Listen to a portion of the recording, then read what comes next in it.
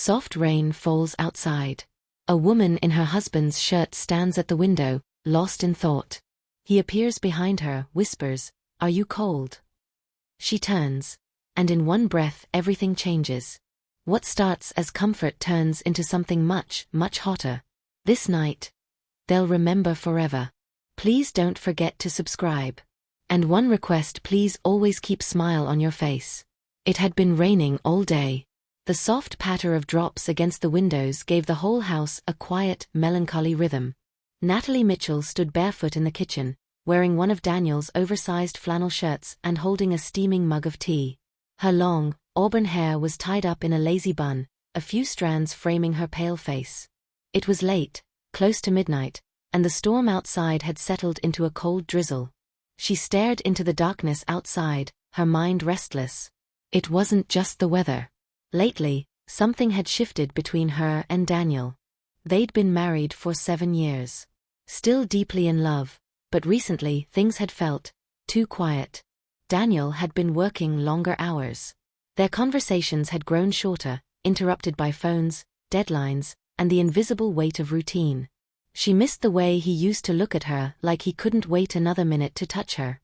She missed how she used to crave his presence. It wasn't gone, not completely. Just buried, waiting.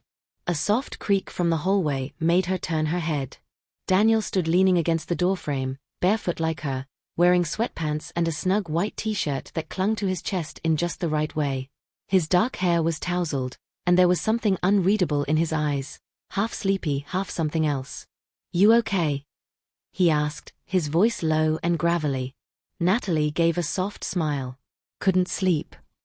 He walked toward her slowly, eyes never leaving her. "You look cold." She raised an eyebrow, her voice quiet. "Maybe a little."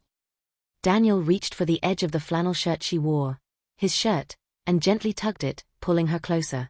"Then come here," he murmured. "Let me warm you up." Natalie didn't resist. His arms wrapped around her, and immediately she felt it.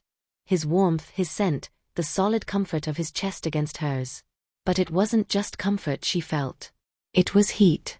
It was the slow-burning kind, the kind that settled in low and deep and made her heartbeat tick a little faster. Daniel's lips brushed the edge of her forehead. "Still cold." She tilted her face up toward him. "Getting warmer." He smiled, but there was a flicker in his eyes. Something playful, something daring. He stepped back, took her hand and whispered, "Come with me." She followed him through the hallway. The house was dark, lit only by the faint glow of rain-soaked streetlights spilling through the windows. When they reached their bedroom, he paused, turned, and looked at her again. "I've been thinking about you all day," he said quietly. Natalie's breath caught. She hadn't expected that. "Yeah." Daniel nodded. "All day. But we've both been so busy, and I've been missing you, Nat. I mean, really missing you." The raw honesty in his voice made her knees feel a little weak. He stepped behind her, wrapped his arms around her waist, and kissed the side of her neck, slowly, like he was rediscovering something. Her eyes fluttered closed as his breath warmed her skin.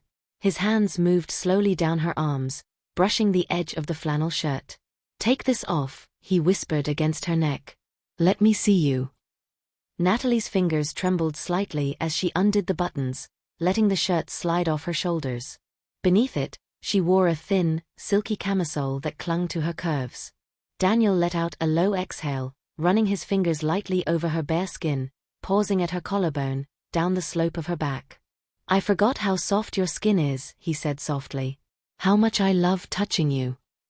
Natalie turned around, resting her hands on his chest. "Then don't forget anymore." He kissed her then, deep, slow, and full of all the tension they'd been pushing away for weeks. She melted into it, her fingers threading through his hair. When they finally broke apart, both were breathless.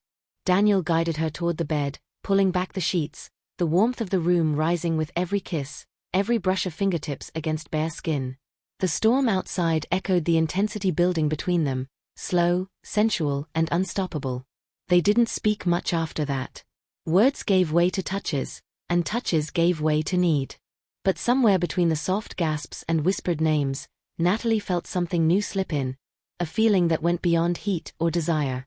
It was reconnection. A remembering of the deep trust they'd built over years, of the playful seduction they used to share in hotel rooms and on weekend getaways.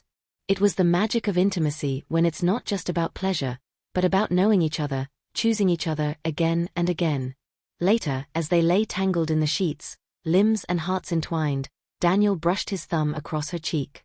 "I've been so distracted lately," he admitted. "But I haven't stopped wanting you. I hope you know that." Natalie smiled, eyes shining. "I do now." He chuckled softly. "I should ask if you're cold more often." She laughed, a warm, rich sound that filled the room.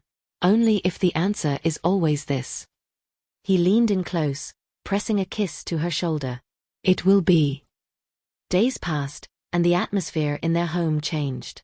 There was a lightness now, an energy that hummed between them. Daniel started coming home earlier.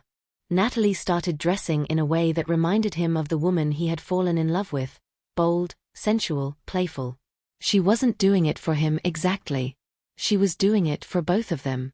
One Saturday evening, while Natalie was curled up reading in the living room, Daniel came in from a long shower, shirtless, his towel low on his hips. She didn't even try to hide the way her eyes traveled down his body. Daniel grinned, raising an eyebrow. "Cold again?" Natalie set the book down, her smile coy. "You tell me." He walked toward her, scooped her up in one smooth motion, and carried her down the hallway. "Then let's make it even hotter." From that night forward, those little moments became their secret code. A glance. A teasing word. A familiar touch under the table at dinner. They weren't just husband and wife anymore. They were lovers again.